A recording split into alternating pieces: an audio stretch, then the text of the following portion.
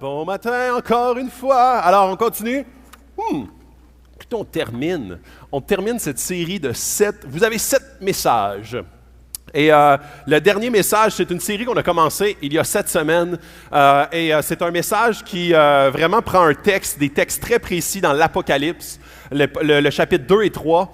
Et Jésus s'adresse à 7 églises différentes, dans des régions différentes, dans des villes différentes, et adresse leurs problématiques dans ces églises-là. Et pourquoi c'est intéressant pour nous? C'est parce qu'il y a un message spécifique pour, dans le fond, dans toutes les 7 églises, on retrouve différentes sphères qui nous touchent également, nous autres, aujourd'hui, en 2018, ici maintenant à Sherbrooke. Et de la même façon, on va voir de quelle façon cette dernière église, l'église de Laodicée, comment est-ce que ça nous touche aujourd'hui encore. Et le même modèle, vous savez, c'est comme on étudie des cas, c'est comme des études de cas, et chaque semaine, on a la même structure, on continue avec cette même structure-là. Alors, cette semaine, on va voir, vous allez voir comment est-ce que, si ça s'en vient, là, je vais vous montrer ça bientôt. Oui, bientôt, ça s'en vient. Non? Prochaine diapo, sinon? Non?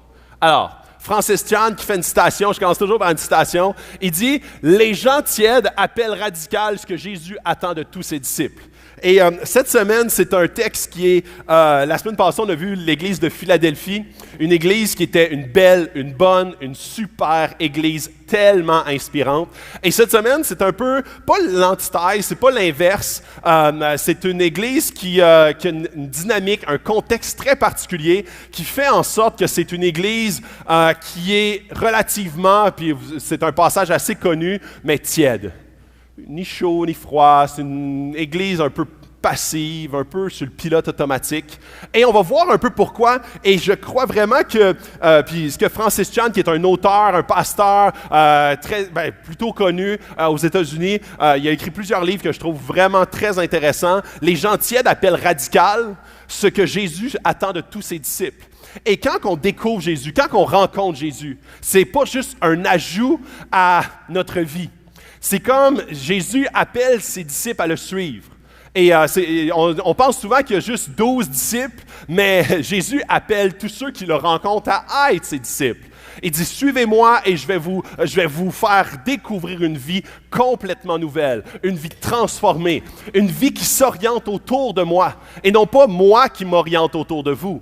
Et c'est là où est-ce que cette pensée-là, où est-ce que les gens tièdes souvent sont comme, c'est radical, ils sont intenses, ils parlent tout le temps de Jésus, ils aiment donc bien Jésus, eux autres. Eux autres, on dirait que toute leur vie parle de Jésus. Yes! Et c'est ce que Jésus demande de tous ses disciples. Et on ne le fait pas d'une manière religieuse. Jésus demande ça parce que quand on découvre qui est Jésus et ce qu'il a fait, notre vie s'oriente sans qu'on ait besoin de faire l'effort. C'est une révélation qui devient profonde, transformationnelle. C'est comme la première fois que tu as commencé à sortir avec une fille ou avec un gars. On dirait que tu y penses tout le temps, t'en parles tout le temps, tes amis sont comme tannés, sont comme hey, tu vas te changer de discours une année, tu te forces pas. C'est pas comme il faudrait bien que j'en parle à mes amis un peu. Ouais, j'aime une fille ou j'aime un gars. Non, c'est comme je l'aime, les autres sont comme OK, c'est correct. Puis là, ils font semblant de t'écouter, mais ils sont comme un peu tannés. Et c'est le même principe. Quand tu découvres Jésus, c'est une relation d'amour. C'est une relation où est-ce que c'est quelque chose ou est-ce que c'est pas comme moi, il faudrait que je parle de Jésus? Non, c'est que Jésus a transformé ma vie, je veux en parler. Ça émane. Et ça me fait penser, puis aujourd'hui, on va parler beaucoup d'indifférence.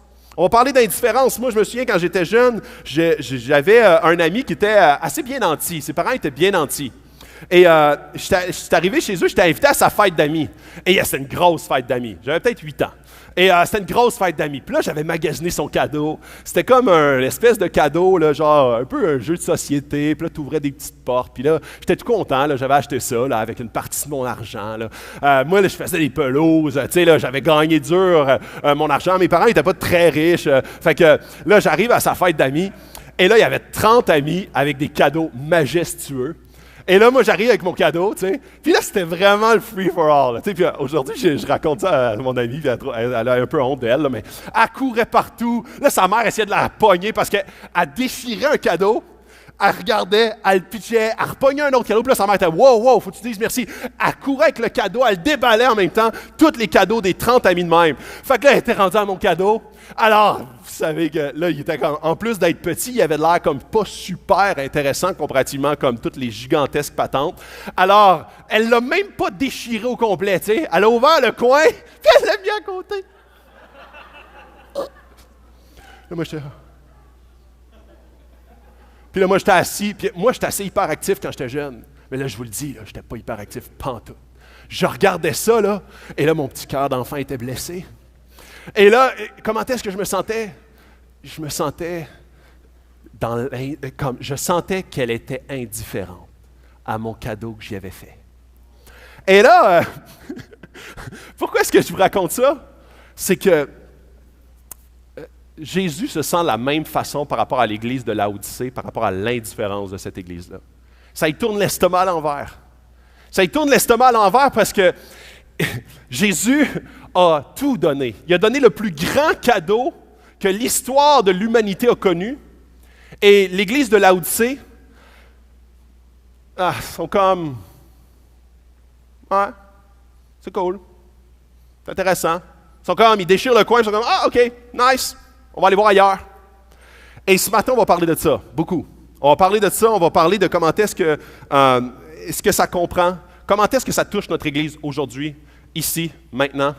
Chacun d'entre nous, toutes les personnes ici de façon personnelle. Je veux commencer comme l'habitude avec un petit contexte pour, vous allez voir comment est-ce que tout le contexte prend racine.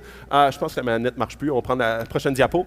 Le contexte écrit à l'ange de l'église de Laodicée. Laodicée, c'est une ville assez extraordinaire, créée en 253 avant Jésus-Christ, a été détruite complètement encore par un tremblement de terre. C'est comme si ça se répétait chaque semaine. On dirait que les tremblements de terre détruisaient toutes les villes. Elle s'est faite détruire dans le coin de, je l'ai dessus, c'est en 61 après Jésus-Christ. Okay?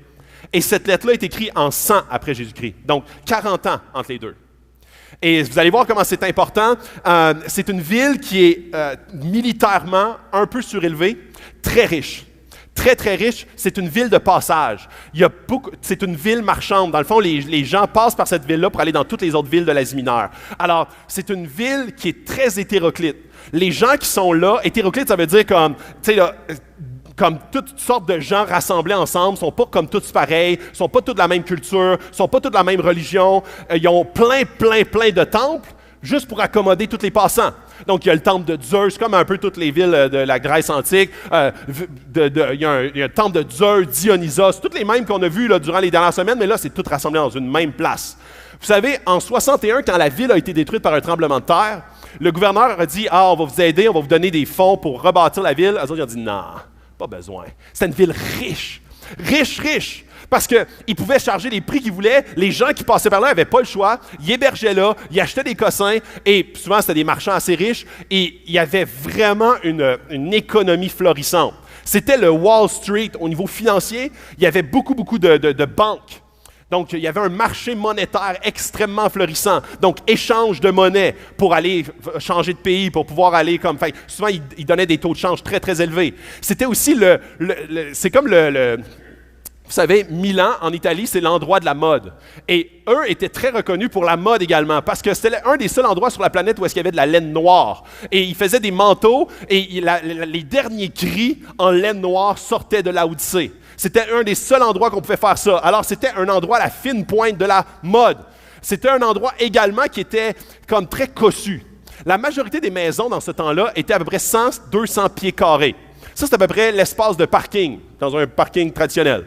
Ça, c'est la majorité des maisons dans ce temps-là, dans la Grèce antique. Comme Jésus, là, quand il a été sur la terre, sa maison, elle devait être à peu près grosse comme celle-là, 100-200 pieds carrés. La majorité des maisons en Laodicée étaient 1000 à 2000 pieds carrés. Même les plus grosses allaient jusqu'à 3000 pieds carrés. C'était assez extraordinaire parce que Laodicée, le seul point faible qu'ils avaient, c'était l'eau. Il n'y avait pas vraiment d'eau. Alors, ce qu'ils ont fait venir tout un système de piping, de la plomberie.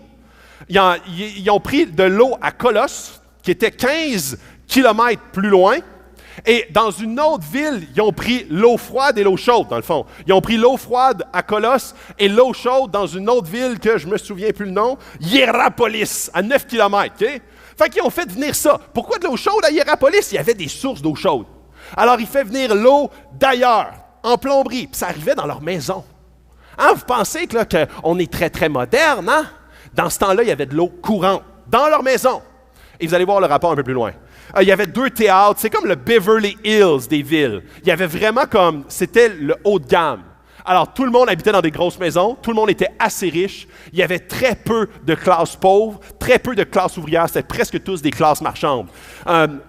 C'était vraiment une ville reconnue pour ses 3 sphères très distinctes. La finance, la mode et aussi tous les arts qui rentraient dans la mode, qui étaient très, très développés, et finalement le pharmaceutique.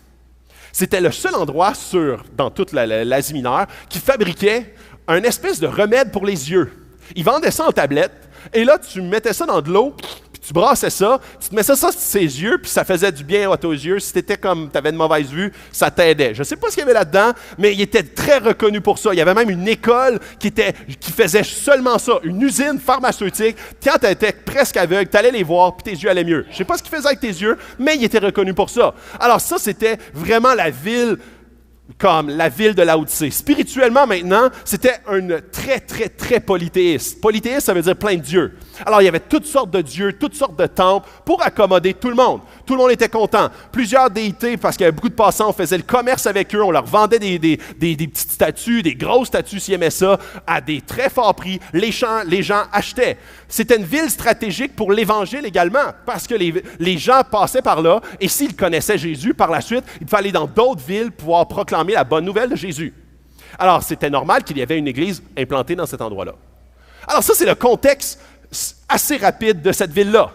Maintenant, je vais vous parler, prochaine diapo encore. Je vais vous lire le texte. Je vais vous lire le texte comme toutes les fois et par la suite, on va le décortiquer ensemble. Alors, écrit à l'ange de l'église de Laodicée, voici ce que dit l'Amen, le témoin fidèle et véritable, l'auteur de la création de Dieu. Je connais tes œuvres, je sais que tu es ni froid ni bouillant. Si seulement tu étais froid ou bouillant, ainsi parce que tu es tiède et que tu n'es ni froid ni bouillant, je vais te vomir de ma bouche. En effet, tu dis, je suis riche, je me suis enrichi et je n'ai besoin de rien. Et tu ne sais pas que tu es malheureux, misérable, pauvre, aveugle et nu. Je te conseille donc d'acheter chez moi de l'or purifié par le feu afin que tu deviennes vraiment riche, des vêtements blancs afin que tu sois habillé et qu'on ne voit plus la honte de ta nudité, ainsi qu'un remède à appliquer sur tes yeux afin que tu vois. Moi, je reprends et je corrige tous ceux que j'aime. Aie donc du zèle et repens-toi. Voici, je me tiens à la porte et je frappe. Si quelqu'un entend ma voix et ouvre la porte, j'entrerai chez lui, je souperai avec lui et lui avec moi. Voici, le vainqueur, je le ferai asseoir avec moi sur mon trône, tout comme moi aussi j'ai vaincu et me suis assis avec mon Père sur son trône. Que celui qui a des oreilles écoute ce que l'Esprit dit aux églises. Alors, ça c'est le texte qu'on va voir ce matin. C'est le texte, prochaine diapo, c'est le texte qu'on va s'adonner à explorer et vous allez voir, c'est très, très riche pour nous. Alors, je commence. Voici ce que dit l'Amen, le témoin fidèle et véritable, auteur de la création de Dieu. Jésus il se présente. La première étape, comme toutes les semaines, il dit, OK, c'est Jésus qui parle. Mais Jésus, il se présente toujours avec différentes caractéristiques. Il présente comment est-ce qu'il a certaines caractéristiques précises pour ce qui vient après et aussi pour le contexte des gens qui l'écoutent. Alors ici, il dit, voici ce que dit l'Amen. L'Amen, comme quand on prie, souvent à la fin, on va dire Amen. Amen veut dire je suis d'accord. Comme ce que je viens de dire, c'est vrai et je suis d'accord avec ça. Puis les autres disent Amen. Fait qu'on pourrait dire aussi je suis d'accord. Okay? Alors c'est le même principe, sauf que souvent c'est un acquiescement. Donc tu es en train de dire oui, je crois à ça. Et pourquoi Jésus dit « Je suis l'Amen », c'est qu'il est en train de venir dire « Ce que je vais dire, là, je suis très d'accord avec ça et vous devriez être d'accord. » Fait que quand la personne vient de prier, elle dit « Amen », on suspecte qu'elle est d'accord avec ce qu'elle vient de prier, mais elle dit « Amen » pareil. C'est le même principe ici, Jésus dit. Il est en train de dire « Je suis déjà Amen avec ce qui s'en vient. Je suis l'Amen. » Je suis celui qui établit ce qui s'en vient. Je suis celui qui établit tout. Puis Puis en même, vous allez voir ce qu'il dit après, il dit le témoin fidèle. Et c'est drôle parce qu'il dit témoin fidèle et véritable. Il revient avec l'aspect de véritable. Parce qu'il y a tellement une cacophonie de Dieu, de déité dans ce temps-là, qu'il est en train de dire, OK, je ne me fonds pas dans la masse de tout ça. Je suis le vrai real. Je suis le vrai de vrai. Et je suis un témoin qui est fidèle. Il est en train de mettre l'emphase sur, même dans certaines autres traductions, il dit, je suis un ami fidèle. Je suis l'ami fidèle. Et il est en train de dire, je suis un vrai ami et non pas un faux. Un vrai ami, c'est quelqu'un qui ne te dit pas juste qu'est-ce que tu veux entendre. C'est quelqu'un qui te dit, quand tu as des choses à changer, il te dit la vérité. Sinon, c'est juste quelqu'un qui veut te flatter dans le sens du poil. Et des fois, quand tu es réfractaire au changement, ou tu ne veux pas voir ton cœur, tu vas avoir tendance à t'entourer de gens qui vont juste te flatter dans le sens du poil et très peu te critiquer ou très peu te challenger sur différentes choses dans ta vie que tu as besoin de challenge. Et Jésus dit non, moi je ne suis pas juste quelqu'un qui fait juste te dire des paroles douces, qui te flatte dans le sens du poil, parce que je t'aime vraiment. Je ne suis pas juste quelqu'un qui est là passivement à côté de toi. Je t'aime réellement. Je suis un vrai ami pour toi. Je suis un vrai et un fidèle ami. Et finalement, il dit, je suis l'auteur de la création de Dieu. Je suis comme lui qui est... Fait que je suis pas comme... Puis ça, là, c'est comme vraiment un débat. Je ne veux pas entrer là-dedans, mais comment est-ce que cette idée de création est tellement attaquée et était déjà attaquée à ce temps-là? Zeus était le créateur du monde. Et là, quand Jésus dit, non, il y a un seul Dieu. Et Jésus fait partie de la Trinité. C'est pas comme juste une créature. C'est pas comme un moindre Dieu. Il est légal. Il fait partie de la Trinité. Il est Dieu, Père, Fils et Saint-Esprit. Et ça, c'est une seule personne. Et il est en train de réitérer, mettre de l'avant ça. Je suis pas comme... Et puis ça, là, cette idée-là revient dans les 7 églises, dans les 7 textes qu'on a vus depuis le début. Il est toujours en train de se présenter comme un roi. Et non pas comme... Parce qu'eux, dans leur mentalité, ils pensent à Jésus. Jésus, là, ça fait pas beaucoup d'années là, qu'il est venu sur la terre. Fait qu'eux autres, ils ont dans l'idée, ouais, il y avait comme un Juif qui est né à Bethléem, Jésus. Il a vécu une vie, il avait 12 disciples, il est mort sur la croix, et certains disent qu'il est ressuscité. Il a fait supposément des miracles. C'est ça qu'ils ont comme image, eux autres. Ils voient un Jésus qui était d'une famille pauvre. Ils voient un Jésus qui était comme... il avait de l'air quand même quelqu'un d'influent, mais sans plus, il a fini sa croix. Alors, eux, dans leur image, c'est quelqu'un de très humble, quelqu'un qui avait un enseignement, quelqu'un qui avait certaines personnes qui croyaient en lui, mais c'était quand même un humain. Alors, quand Jésus se présente, il dit, je ne suis pas juste un humain que vous avez dans votre perception. Je suis le Dieu, je suis le Dieu. Je ne suis pas une des déités parmi ces temples-là que vous allez une semaine à l'autre. Quand vous voulez du bon vin, vous allez au Dieu du vin, Dionysos. Quand vous voulez comme Zeus, parce que là, vous avez un gros problème, vous allez voir le King. Quand vous voulez comme le Dieu de la santé, quand vous allez à la guerre, vous allez voir le Dieu de la guerre. Donc, non, je ne suis pas un de ces déités-là, je suis le Dieu. Et Jésus se présente pour ça, pour relever que je ne suis pas juste ce que vous avez comme perception de moi.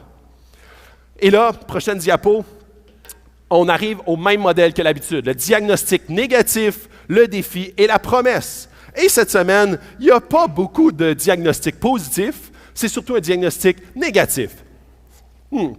Je connais tes œuvres. Je sais que tu es ni froid ni bouillant. Si seulement tu étais froid ou bouillant. Ainsi, parce que tu es tiède et que tu n'es ni froid ni bouillant, je vais te vomir de ma bouche. En effet, tu dis, je suis riche. Je me suis enrichi et je n'ai besoin de rien. Et tu ne sais pas que tu es malheureux, misérable, pauvre, aveugle et nu. Alors, on commence par le diagnostic qui fait mal. La difficulté ici, puis comment est-ce qu'on pourrait comprendre le texte? On a l'impression que, puis c'est drôle parce que Jésus, il s'adresse contextuellement à cette église-là. Il dit, vous êtes tiède. Et les Laodiciens, en tout cas, les gens de Laodicée, ils savent c'est quoi de l'eau tiède. Parce que l'eau est froide en partant de Colosse, mais après 18 km, dans des canaux à ciel ouvert, elle arrive chez eux sale et tiède, genre température pièce. Quand elle part de Hiéropolis, dans les sources chaudes, les gens vont là comme dans un spa, là. Et là, quand elle vient chez eux, elle n'est plus trop chaude. Elle est tiède et sale. Alors quand Jésus dit, vous n'êtes ni froid ni bouillant, vous êtes juste tiède. Et qu'est-ce que ça fait quand vous buvez votre café, votre thé le matin? C'est pas un moment fort de la journée, tu sais. C'est comme un moment plutôt faible. Alors, Jésus, puis, il utilise une métaphore ici. Qu'est-ce qui lève le cœur de Dieu? Il est en train de dire, j'aime pas voir ça. Ça m'attriste au plus haut point. Et je peux comprendre un brin de ce que Jésus est en train de dire, parce que j'ai vécu comme l'espèce de stade numéro 1 que lui vit d'une façon exponentielle à cette fête-là d'amis. Je me sens dans l'indifférence par rapport à mon cadeau que j'avais préparé, que j'avais comme économisé, donné, et qui est pris dans la complète indifférence. Et là, je vois comment est-ce que Jésus, qui est comme, il s'est donné, il a donné sa vie, il a vécu une vie parfaite, il a tout sacrifié pour venir par amour pour chacun d'entre nous. Et que là, les Laodicéens, eux autres sont comme, hey, check, on est riches. Fait que nous autres, on peut tout acheter. On peut même rebâtir notre ville sans l'aide du gouverneur. On est autosuffisants. Et c'est vraiment l'autosuffisance et l'indifférence. Souvent, on va avoir tendance à penser que bouillant, c'est quelqu'un qui fait beaucoup d'actions. Mais beaucoup d'actions peut être avec un cœur vide. Tu peux faire plein de bonnes actions, tu peux faire beaucoup de choses qui paraissent, mais avec des motifs qui sont malsains, qui t'amènent au final à ne pas être bouillant comme Jésus t'appelle à être bouillant. Être bouillant, c'est d'être en amour, littéralement, là, je ne veux pas paraître weird, mais être en amour avec Jésus qui te conduit vers les actions, mais pas d'une façon auto-flagellée, d'une façon naturelle, parce que tu tripes dessus, tu l'aimes au fond. C'est un amour passionnel et tu es constamment obnubilé par qu'est-ce qu'il a fait pour toi, le cadeau incroyable qu'il t'a livré, et à la lumière de ça, tu veux toi te livrer. Tu veux toi déverser, tu veux toi être généreux, tu veux te sacrifier, tu veux donner du temps, tu veux aimer les gens, tu veux parce qu'il t'a. Et c'est là la grande nuance. Et c'est drôle comment est-ce que j'aime un texte de Martin Luther qui dit si vous allez pécher, vous pouvez tout aussi bien pécher comme du monde. Aucune de ces choses socialement respectables, là, essaie tout. Si c'est ce qu'il te faudra pour voir que ça ne te satisfera pas. Quand le fils prodigue se retrouva dans une porcherie, il réalisa à quel point son père était bon. Le plus tôt vous arriverez au bout de votre périple sans issue, le plus tôt vous verrez votre besoin d'être secouru. Et c'est là où est-ce que je trouve ça tellement approprié, parce que les gens de la Odyssée étaient un peuple qui était autosuffisant. Et c'est drôle parce qu'on dit, ah ouais, c'est vrai, hein? Les riches sont de même. Ils sont orgueilleux, sont comme hautains, ils regardent les autres de haut. Ils sont de même, les riches, hein? Mais c'est drôle parce que c'est vraiment l'Église qui touche le plus le 21e siècle pour nous. J'ai une citation pour vous tantôt par rapport à ça. Mais c'est une maison de 1000 à 2000 pieds carrés, c'est presque tout le monde dans cette salle, sauf ceux qui habitent en chambre. Vous avez un 3,5, vous avez 1000 pieds carrés, 800. 1000, c'est une pas pire grande appart, 4,5, c'est sûr que tu as 1000. Puis un 3,5, tu as à peu près 700, 800 pieds carrés. Quand tu as une maison, un petit bungalow, tu as 2000 pieds carrés. Quand tu as une grande maison, tu as 3000 pieds carrés, là, c'est immense. Alors, voyez comment est-ce que ces gens-là qui étaient vraiment riches, qui avaient l'eau courante, qui ici n'a pas l'eau courante? Levez la main. Qui ici, puis c'est drôle parce que dans ce temps-là, il n'y avait pas de filet social. Il n'y avait aucun filet social. Et j'ai déjà donné cette statistique-là comme quoi 95%, le plus bas salarié au Québec en entier, quelqu'un qui vit sur l'aide sociale en étant seul, est plus riche que 95% de la planète. Souvent, on est comme, mais non, moi, je suis pauvre. Tu te compares par rapport à quelqu'un de plus riche. Mais comparativement à l'ensemble de l'humanité, nous sommes incroyablement riches. Incroyablement aussi autosuffisants et indépendants. Alors, on a un problème, on se tourne vers comment est-ce que la société va répondre à mon besoin. Je manque d'argent, je vais voir le filet social existant. J'ai n'importe quoi qui touche à ma santé, je vais faire affaire avec le système de santé. Aussitôt que j'ai une problématique quelconque, il y a des organismes pour ça, qui sont très souvent subventionnés. On va avoir une optique très, très humaine par rapport à toutes les dynamiques ou les problématiques que normalement, on se tournait vers Dieu. Et même les chrétiens deviennent des gens qui sont très autosuffisants. Ils sont comme, des fois, ils vont utiliser Dieu juste quand on a vraiment besoin. J'ai vraiment un gros problème. Dieu. Ah, allez, c'est réglé, c'est correct, tu peux être couché. Puis après ça, comme, la vie continue, la vie va bien, la routine embarque, ça va bien, ça va vite. Et là, j'ai un gros problème, mon couple va mal. Dieu. Allez, ça s'est stabilisé, on met ça de côté. Dieu, tu peux être couché. Et on devient très utilitaire. On utilise Dieu pour nous plutôt qu'à être centré et orienté vers Dieu.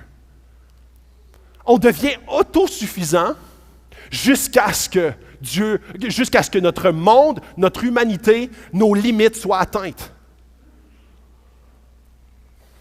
Et c'est intéressant, il dit, vous êtes pauvres. Il dit ça à la ville. Ça, c'est comme, what? On est les plus riches de toute l'Asie mineure. On est plus riches que 95% de la planète. Et là, Jésus dit, non, vous pensez être riche.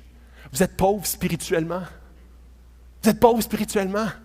Et là, après ça, il dit, vous êtes nus. La ville de la mode, la Milan du temps. Comme on est la seule place qui fait de la laine noire avec des complets en laine noire, des mentons en laine noire. Vous êtes nus. Nus, c'est pas juste l'aspect de pauvreté, c'est l'aspect de honte. De comme, OK, quelqu'un qui est nu, ça veut dire quelqu'un qui n'est pas juste pauvre. C'est qu'il y a une honte rattachée à ça. Et les autres sont comme, voyons qu'on est nus. J'ai dit, vous pensez être habillés, mais vous êtes nus spirituellement. Ensuite, il dit, vous êtes aveugles.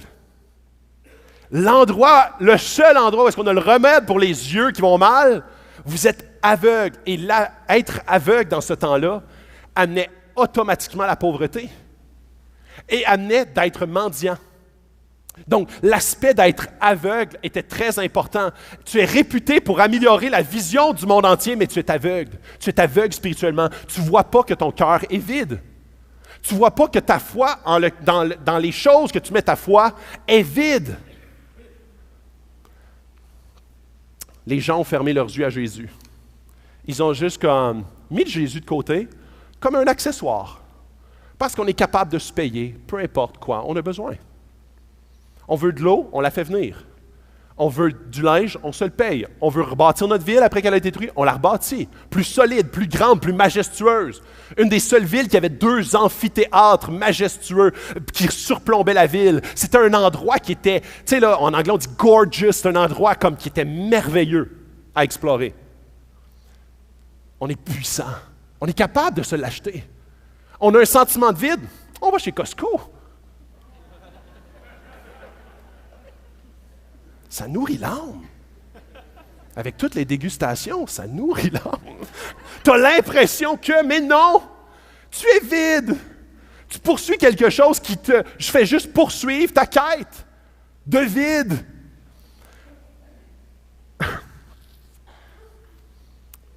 Puis, je veux prendre un petit moment ici pour poser quelques questions. Parce que c'est facile de rentrer dans l'Église et de sortir de l'Église en disant « Ouais, mais je ne suis pas le pire. Je ne suis pas le pire, là. Check lui ou elle, là. J'en fais plus. Fait que mon eau n'est pas tiède, là. Elle est un peu moins tiède que le tiède. Et on se compare sur les tièdes. Puis dans l'Église, c'est très facile. C'est très facile de sortir avec « Ah, faut que j'oublie ça parce que j'aime pas me faire challenger. » Et Jésus challenge son Église parce qu'il l'aime. Puis même ce matin, Jésus nous dit cela, je vous dis cela, l'équipe pastorale, on aime l'Église. On aime l'Église. De quoi on parle quand on est en staff? De vous. Parce qu'on vous aime. On vous aime, on a à cœur que notre Église, puis quand je dis notre Église, c'est pas notre Église, c'est ici, là, c'est une famille, c'est notre famille. On est ensemble là-dedans. On n'est pas comme nous, l'équipe pastorale, vous, l'Église. Non, c'est notre Église. On est ensemble. On regarde à Jésus, on écoute ce qu'il a à nous dire, puis on aime l'Église. On veut que l'Église progresse, on veut que l'Église soit plus comme Jésus veut que son Église soit. Alors, quand que je vous dis ça, c'est pas comme, non, c'est let's go, guys. On est ensemble là-dedans. Et si on fait nos sourds d'oreilles, si on met des bouchons dans nos oreilles pour ne pas entendre ce que Jésus veut dire à notre Église, on passe à côté de le cœur de Dieu. On peut vivre une vie de religion, on peut vivre une vie de pratique d'Église sans être attaché à ce qui en fait la force, Jésus. Et être attaché à Jésus, c'est pas juste de dire « on va prier un peu avant de manger, puis on va venir une fois de temps en temps à l'Église pour faire en sorte que moi je viens plus souvent que lui ou elle. » Je vais venir à l'Église juste pour comme, me sentir mieux dans ma conscience. Ah, pour avoir un bon message, je tape dans le dos. Ah, matin, là, il nous tape sur la tête. Non, je ne reviendrai plus là. C'est pas le principe. On vient à l'Église pour connaître plus Jésus, connaître son cœur, pour pouvoir se rapprocher de lui, pour faire comme « Wow, Jésus est plus extraordinaire. » Et ça nous incite à quelque chose. Donc ce matin, je ne vous encourage pas à avoir plus de cases à cocher pour vous sentir mieux dans votre peau. Je vous encourage, puis on va le voir le remède tantôt, mais je vous encourage à regarder beaucoup, beaucoup, beaucoup à Jésus. De prendre même un temps d'arrêt pour rencontrer Jésus dans les prochaines heures, dans le temps de louange tantôt. Que vous laissez Jésus vous parler. Ça fait peut-être plusieurs années que tu es chrétien, puis ton cœur, il n'est plus atteignable. Tu es sur le pilote automatique. Je vais vous poser quelques questions. Comment est ta relation avec Jésus? Froide, tiède ou bouillante? Pourquoi? Comment, supposons que je te disais, comment tu aimes Jésus sur 10?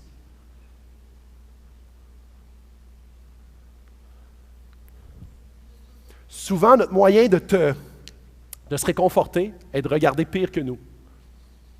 Notre moyen de nous inspirer est de regarder mieux que nous, mais humain. Et là, on se dit, hey, ça, quand je vais pogner le 19 ans comme Billy Graham, je devrais être rendu là. Sauf que c'est un vœu pieux.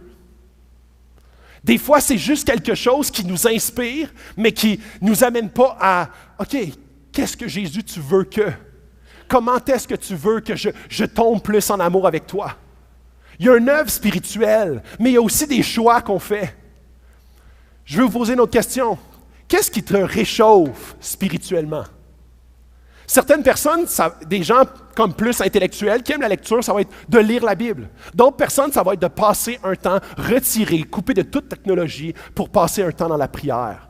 D'autres personnes, ça va être d'être en action, de servir les gens. Ça va être puis je veux mettre en lumière, il y a des gens ici là, que chaque vendredi après-midi, ils viennent nettoyer le bureau. C'est des serviteurs incroyables. Ils viennent faire ça et moi, ils sont un exemple pour moi. Peut-être que c'est ça, tu es un serviteur, c'est ton don. Et toi, tu aimes servir. Il y a d'autres gens que ça va être de visiter des gens malades. Il y a d'autres gens que ça va être d'être une lumière à leur travail. Il y a d'autres gens qu'est-ce qui te rend, toi, spirituellement bouillant? Et pourquoi, progressivement, ça s'est tassé de ta vie? Souvent, on voit comme la proximité spirituelle comme quelque chose de un peu flou. Comme si une année, on allait se lever un matin, et là, mon cœur, poupou, Jésus. Ça se peut, ça arrive, je l'ai déjà vu. De certaines personnes où est-ce que Jésus se révèle d'une manière extraordinaire. Mais la plupart d'entre nous, c'est une rencontre constante. Je prends souvent l'exemple comme d'un couple. Si ça fait 10 ans que tu n'as pas passé de temps entre vous deux, et que tu dis, là, il faut que j'aie une révélation. Ce matin, il faut que j'aie une révélation. Normalement, ce n'est pas comme ça que ça arrive. Ça se peut, mais normalement, ce n'est pas comme ça. C'est de se prioriser. C'est de connaître l'autre. C'est de voir à quel point c'est un cadeau inestimable, c'est une bénédiction dans ma vie. Comment est-ce qu'on peut les deux se construire et non pas se détruire pour s'élever? Comment est-ce qu'on peut un et l'autre se bâtir? Et avec Jésus, tu ne t'attends pas beaucoup à bâtir Jésus, mais tu veux être bâti par lui, puis tu veux le rencontrer, puis tu veux qu'il te bâtisse.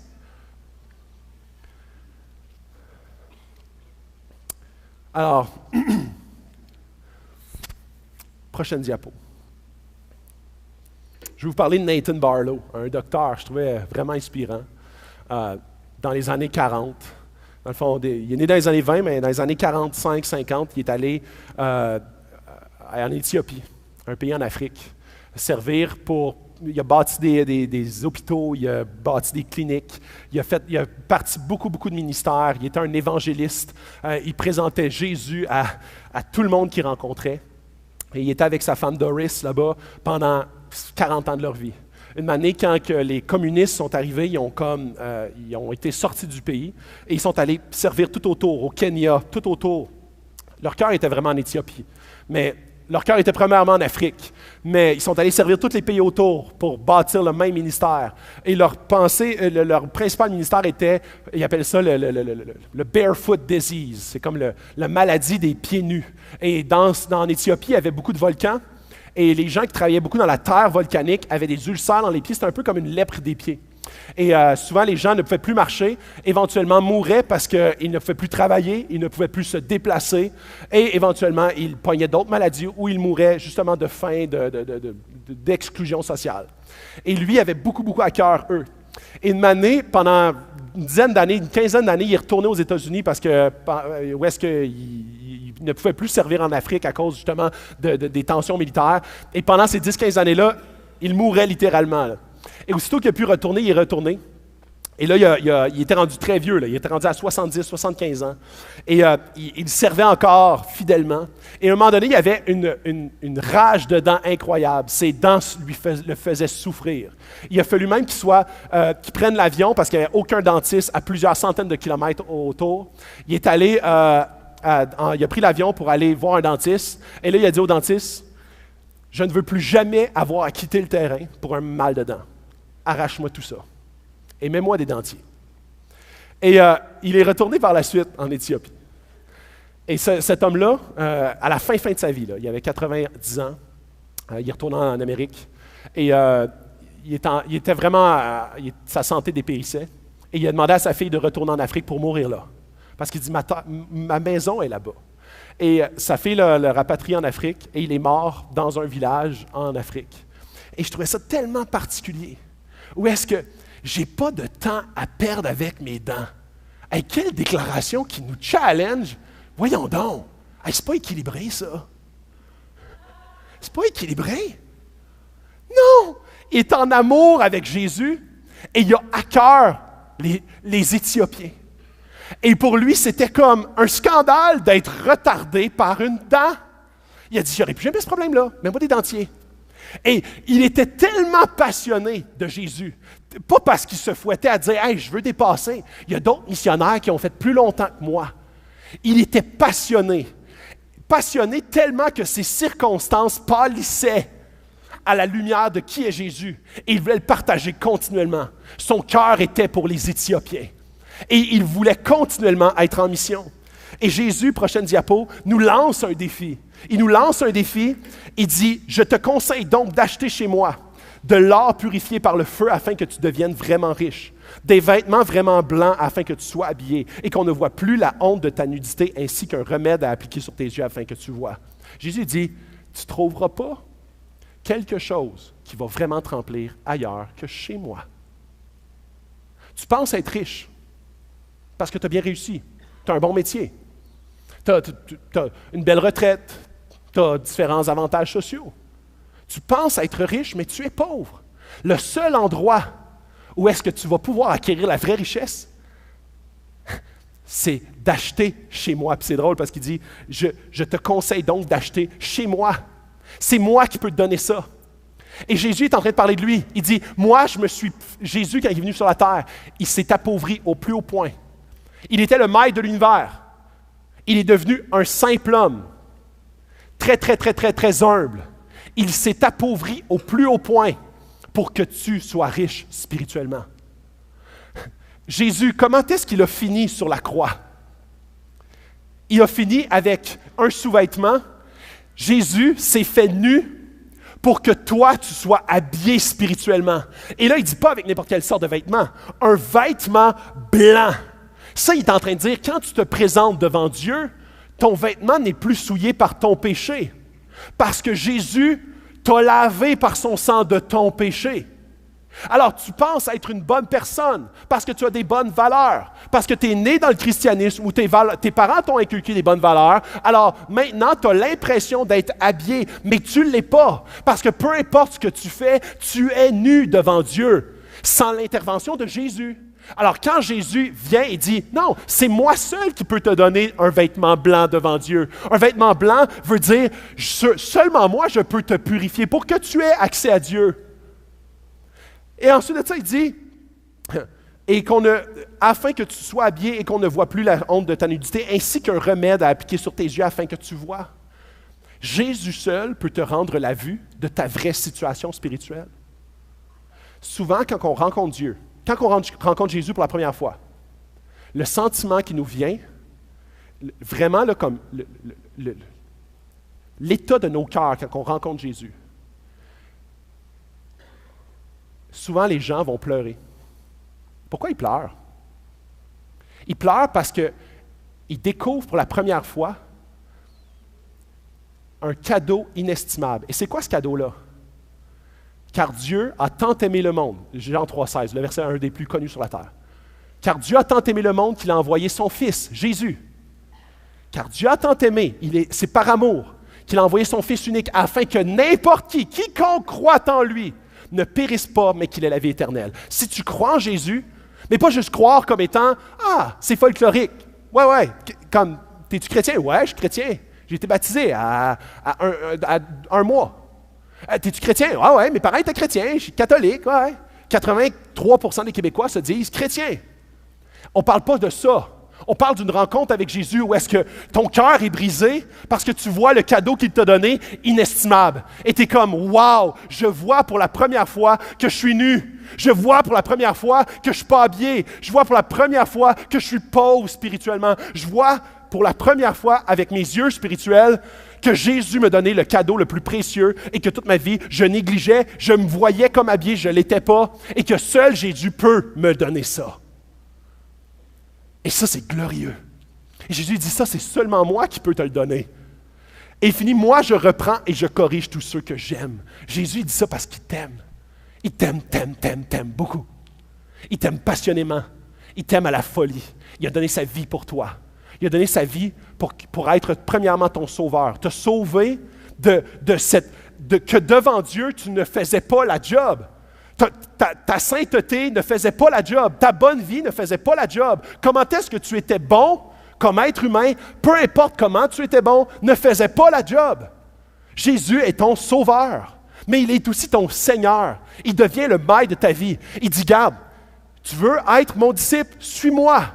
Suis-moi, mais pas suis-moi comme quand tu t'es converti, il y a quelques années, ou il y a 2 semaines, ou même peut-être ce matin. Suis-moi tous les jours de ta vie. Et tu vas voir, je vais transformer ta vie. Je vais transformer ta vision des choses. Je vais transformer ton existence. Parce que de plus en plus, on va développer une relation d'intimité. Je vais inviter l'équipe de louange. Aie donc du zèle et repens-toi. La repentance, prochaine diapo. La repentance. Je veux vous lire une citation qui s'en vient. Le quotidien de la vie d'un chrétien est un quotidien de repentance. Si tu cesses de te repentir, tu commenceras à tiédir. La repentance, c'est que Dieu t'illumine sur une partie de ton cœur, sur un aspect de ta vie qui t'amène à être tiède. Et tu dis, Dieu, non, je te confesse que ça, je ne veux plus que ça m'appartienne, ça t'appartient. Je veux acheter de l'or chez toi, je veux acheter des vêtements chez toi, je veux que tu me rendes la vue.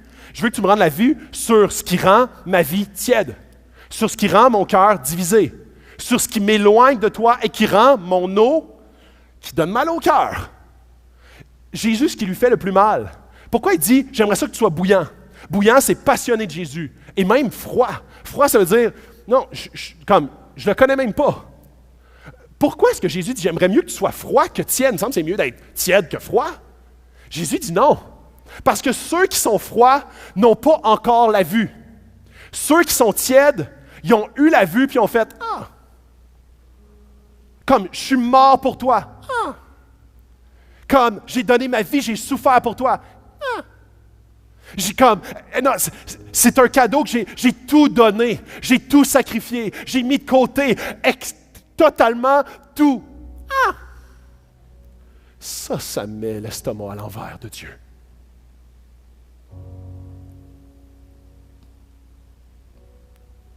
Et c'est tellement pour notre air aujourd'hui, au 21e siècle, ici au Québec.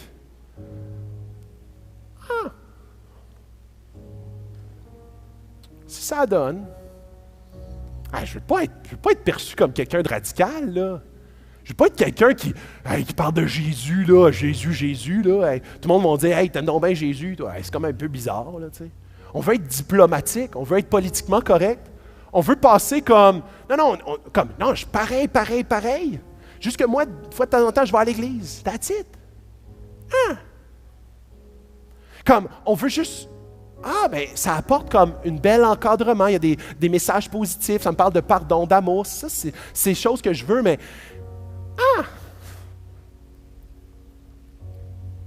Et c'est là où est-ce que Jésus est comme, non, je ne suis pas mort pour ça. Je ne suis pas mort pour que tu fasses, Je ne suis pas mort pour que mon sacrifice veuille juste dire ça dans ta vie. Veuille juste dire un groupe social intéressant. Veuille juste dire comme, si ça donne. Même, tu sais, comme, je ne veux pas qu'il y ait aucun élément qui sacrifie moindrement mon confort.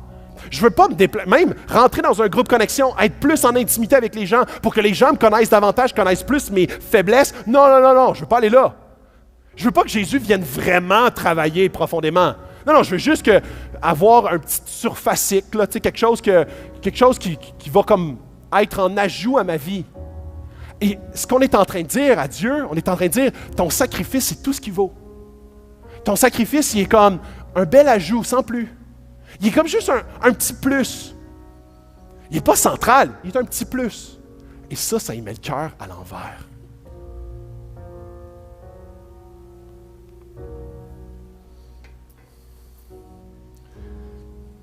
Prochaine diapo. Je termine avec ça. Il dit, voici, je me tiens à la porte et je frappe. Si quelqu'un entend ma voix et ouvre la porte, j'entrerai chez lui. Je souperai avec lui et lui avec moi. Souvent, on utilise ce verset-là pour dire un verset comme si c'était un verset d'évangélisation. Jésus frappe à la porte de ton cœur. Il parle aux chrétiens. Il parle aux chrétiens. Il parle à son Église. Il parle à son Église où est-ce que les gens sont rendus centrés sur eux-mêmes. Et on le voit comment est-ce que, puis ça là, on le voit dans toutes les sociétés, encore aujourd'hui en sociologie, plus qu'une société est riche, plus qu'elle devient individualiste. Et c'est très spécial où est-ce que Jésus, il parle à cette Église-là de Laodicée, très individualiste. Et Jésus dit, je suis là et je frappe. Je veux rentrer avec toi, je veux souper avec toi. Il parle d'intimité. Il parle d'une relation de proximité avec lui. Il parle d'ouvrir à Jésus. Et ça se peut que parfois, ça te déstabilise de ton confort actuel. Parfois, ça se peut que la rencontre avec Jésus transforme ta vie. Je te le souhaite. Parfois, ça se peut que ça ait des répercussions sur ton temps, sur ton argent, sur ta job. Ben voyons donc. Ça se peut que des fois, ça ait des répercussions sur tes dents. Ben là, je ne perdrai pas de dents pour Jésus. Ça se peut qu'il y ait des répercussions à des endroits qu'aujourd'hui, tu ferais comme « No way! » Ça viendrait déranger mon confort. Et Jésus dit « Je suis mort. Je suis mort pour toi. » Et je veux que tu soupes avec moi. Et quand tu vas souper avec moi, tu vas rentrer en intimité avec moi. Tu vas comprendre des choses. Tu vas avoir la vue sur des choses qu'aujourd'hui, c'est normal que tu n'aies pas la vue. Si je te dirais aujourd'hui, je te propose de perdre tes dents. Je te propose de sacrifier ton temps. Je te propose de sacrifier ton argent. Je te propose de... Tu dirais non. Et ce n'est pas la proposition de Jésus. Il dit, viens me rencontrer. Je vais te donner la vue. Tu vas devenir passionné. Tu vas voir à quel point ce sacrifice-là, c'est un cadeau inestimable. Et après ça, ta vie va être bouleversée. Ta vie va changer à différents niveaux. L'appel de chacun des gens ici dans la salle est différent. Tes dons sont différents. Ta personnalité est différente. Il y a des gens ici qui vont être des gens qui vont peut-être éventuellement devenir pasteurs, ils vont aller étudier à l'école biblique, ils vont comme être des enseignants. Il y en a d'autres peut-être des évangélistes, d'autres des missionnaires, d'autres des gens qui vont être des fidèles témoins à leur travail de Jésus, qui vont parler de Jésus, ils vont parler à leurs collègues. Et peut-être il y a des gens ici qui vont être des bons papas, des bonnes mamans pour élever des enfants dans les voies de Dieu. Il y a des gens ici qui sont appelés à être célibataires. Célibataire pour l'œuvre de Dieu. Paul, il dit « Hey, c'est un avantage d'être célibataire, ça me donne plus de temps. » C'est vrai, mais il y en a qui c'est leur don. Il y a des gens ici qui vont, leur cœur brûle pour les gens démunis, les gens qui sont dans les dépendances. Il y a des gens qui brûlent pour faire du counseling avec les couples. Nice, votre appel est tous différent. Mais si votre appel n'est pas enraciné dans une relation d'intimité avec Jésus, votre appel, il va devenir tiède. Votre relation va devenir tiède.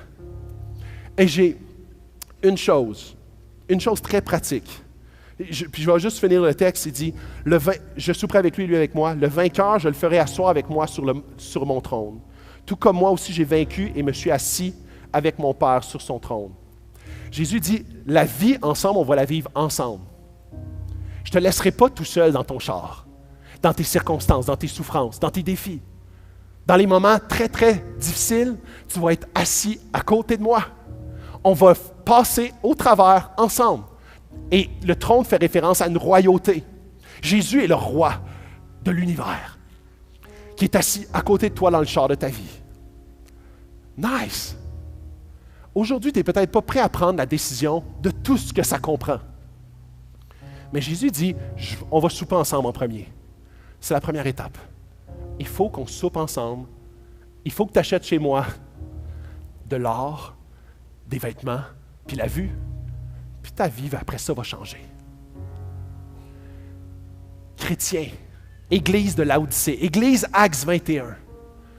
Si notre vie est indifférente, et des fois on peut se conforter dans la « Ah, je suis moins différent que la personne à côté de moi, à ma gauche ou à ma droite. Ah, fait que c'est bien. Ça a de l'allure. J'en fais un peu plus que, donc, ça a de l'allure. » Si votre vision de votre tiédeur est basée sur quelqu'un d'humain, c'est juste un degré différent de tiédeur. Plus que tu te rapproches de Jésus, et plus que ton eau va réchauffer. Ton cœur va réchauffer de passion pour lui qui va avoir un impact dans ta vie. J'ai une seule chose et puis je crois vraiment que c'est l'appel de Dieu pour notre Église. Puis c'est vraiment un truc très pratique. C'est vraiment quelque chose de très pratique et je ne veux pas rendre ça trop large et trop flou, mais je crois vraiment que ça peut devenir un élément qui chaque jour nous remet devant cette dynamique-là d'indifférence et d'être vraiment reconnaissant envers Jésus. Et c'est la foi. Christ est la vie. La foi amène la vie. La foi en Christ amène la vie. Et je pense sincèrement que si chaque jour de nos vies, chaque matin, chaque temps avec Jésus, dans notre prière avec lui, on amène nos cœurs à être dans la dépendance de lui. Ou est-ce qu'on veut que Dieu nous utilise dans cette journée pour faire un geste de foi? Un geste de foi où est-ce que j'ai besoin absolument de Jésus pour le faire? Je donne quelques exemples. Ça peut vouloir dire, puis c'est l'Esprit qui va vous mettre ça à cœur, c'est l'Esprit qui va vous pointer ça. Mais ça peut vouloir dire de rappeler quelqu'un pour lui demander pardon. Que l'Esprit vous pointe, peut-être que c'est un parent ou quelqu'un dans votre famille ou un ami, d'y demander pardon pour quelque chose que vous avez fait il y a plusieurs années ou peut-être très récemment. Ça peut être également d'aller voir votre conjoint ou votre conjointe puis de lui demander pardon pour certaines choses ou de passer à l'action sur certains gens. Hey, ça, c'est pas moi. Ça, c'est pas moi d'acheter des fleurs. Moi, je suis pas un gars de même. Moi, je suis pas un gars de même. Moi, je suis un gars de service. Moi, je fais des changements d'huile, je change des pneus d'hiver, des filles. Tu sais, de même, je dis je l'aime. Puis là, il est comme, non, je veux des fleurs. Ça peut vouloir dire, Jésus, j'ai besoin de toi pour m'humilier. Humilier dans le sens comme, OK, c'est pas vraiment moi d'être romantique, mais oui, je veux le faire avec toi. Je veux être dépendant de Jésus dans ma vie. Je veux que Jésus puisse me donner cette puissance et cette drive-là, enracinée dans sa présence, dans l'intimité avec lui, où est-ce que l'Esprit vous influence. Ça peut vouloir dire de rentrer dans un groupe connexion pour devenir plus authentique. Où est-ce que vous partagez vos faiblesses avec d'autres gens pour qu'ils prient pour vous? Ça peut vouloir dire pour la première fois de votre vie de partager à quelqu'un que vous avez de la difficulté avec la pornographie. C'est humiliant, c'est comme, hey non, ils vont penser que j'ai de la misère avec la pornographie. Ben oui, quoi, donc. Oui, j'ai besoin de Jésus pour faire ce pas-là, d'avancer et de dire, Dieu, j'ai besoin de ton aide, j'ai besoin de ta présence dans ma vie parce que je suis nu et toi, tu peux me rendre habillé. Je suis pauvre et toi, tu peux m'habiller. J'ai besoin de toi pour marcher dans la vie chrétienne. Si tu n'as pas besoin vraiment de Jésus dans ta vie chrétienne, ça veut dire que tu es tiède. Alors, chaque matin, quand on se lève, Dieu, comment est-ce qu'aujourd'hui, je veux accomplir quelque chose par la foi? Ça peut vouloir dire de parler de Dieu à mon patron. What? Ça va me couper des promos. Ben oui, j'ai besoin de Jésus pour ça. J'ai besoin de Jésus pour que Jésus puisse me rendre plus passionné à ce moment-là pour dire, hey, sais-tu quoi? Moi, je crois en Dieu. Je crois en Jésus. Puis là, ton patron va te regarder de même, tu vas dire, ouais.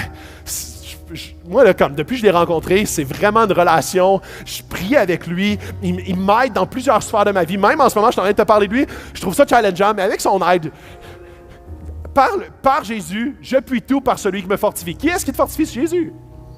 Alors, ces gestes de foi-là, basés dans la dépendance de Jésus, dans une intimité qui te nourrit, t'amènent à réchauffer.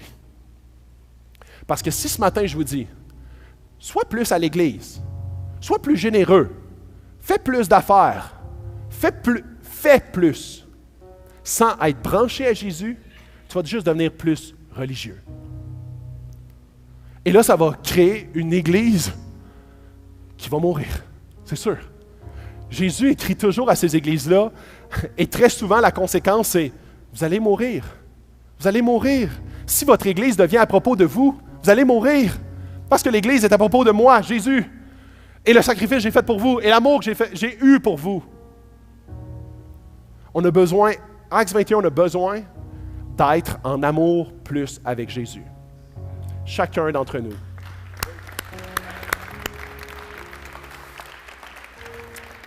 On va se lever debout. On va se lever debout pour prier à Dieu et chanter à Dieu.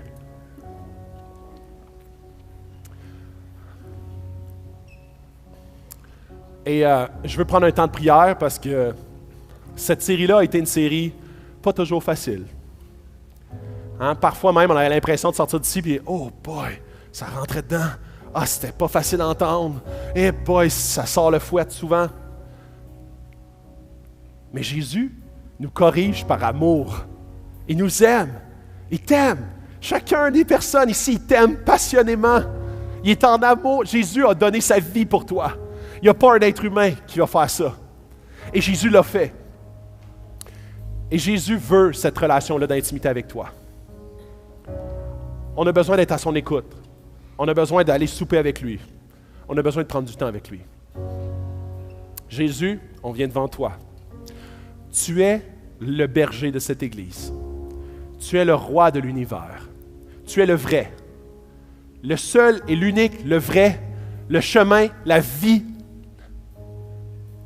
Jésus, tu es tout. Jésus, on veut que Acts 21 soit enraciné en toi.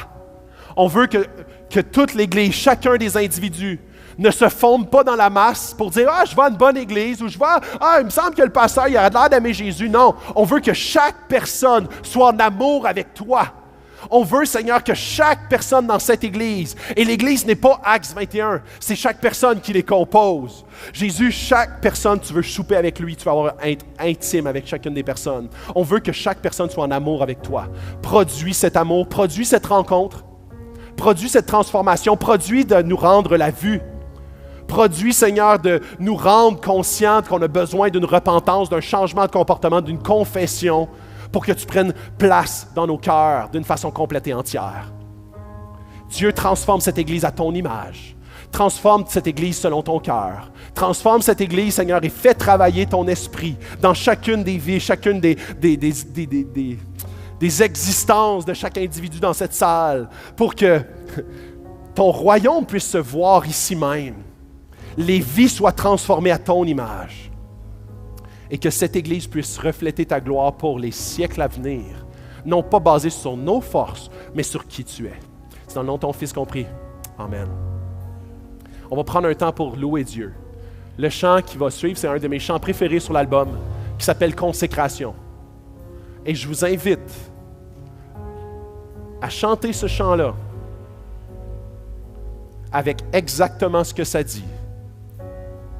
Je veux me consacrer à toi. Je veux être plus en amour avec toi. Prends ce que je suis et fais ce que tu veux. Qu'on puisse avoir cette attitude de cœur pour toute personne dans cette salle. Que vous ne puissiez pas vous baser sur votre ancienne histoire, mais sur son histoire qui transforme ton histoire. Et que ta vie puisse s'aligner sur sa vie et son histoire et ce qu'il est et comment est-ce que ça transforme qui tu es.